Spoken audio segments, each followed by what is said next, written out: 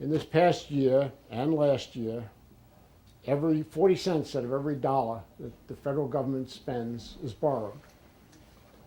Now, we don't have to be economists or accountants or geniuses to see where this is going.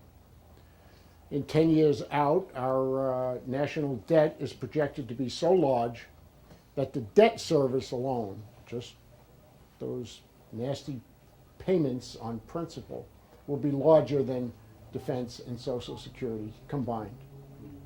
Wow. So, 10 years from now, that generation that are in their 20s or early 30s are now going to be the ones carrying most of the burden, the working burden. And what flexibility will they have? Where can they go? We've robbed them of their opportunities, their alternatives. And for what?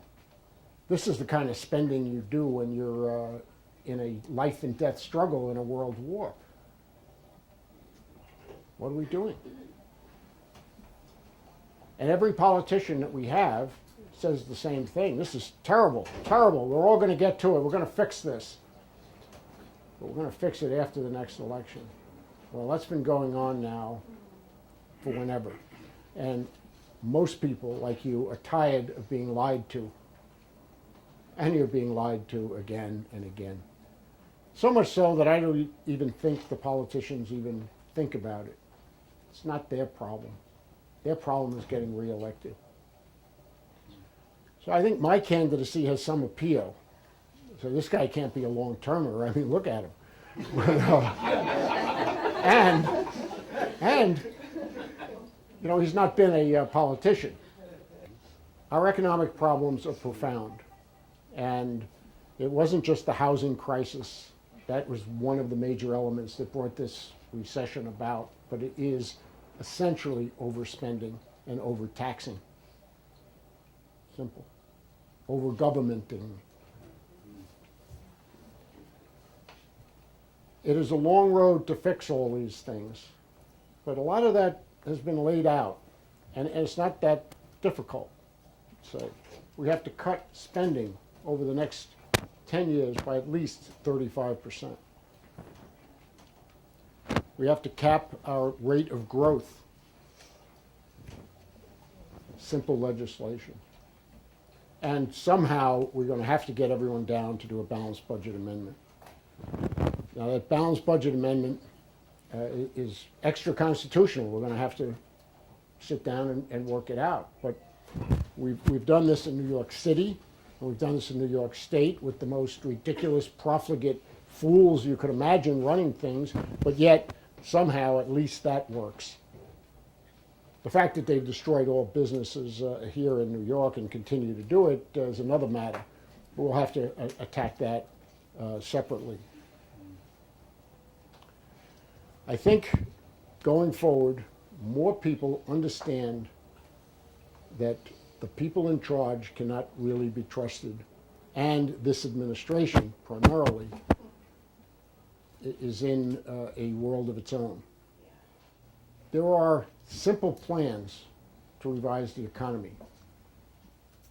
JFK had a similar situation in the 60s, Ronald Reagan in the 80s, and beginning in 2012, Mr. or Ms. X to fix what has to be done. And we needed Carter before we got Reagan.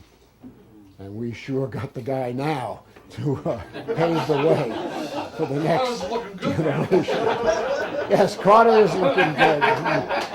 Who would have ever thought? Who would have ever thought? The economy can be revised in a number of ways. The simplest way is a reduction of taxes and regulations. And even for an immediate relief, we know there is $1.2 trillion or $1.4 trillion in non-financial companies' assets, American companies, that is parked overseas. To repatriate that money, they have to repatriate it at 35% corporate tax. So it sits there. It still works for the balance sheets, it still works for stockholder reports, but it doesn't help create new businesses, new jobs, plant, equipment development here. Let's drop the tax for repatriated money.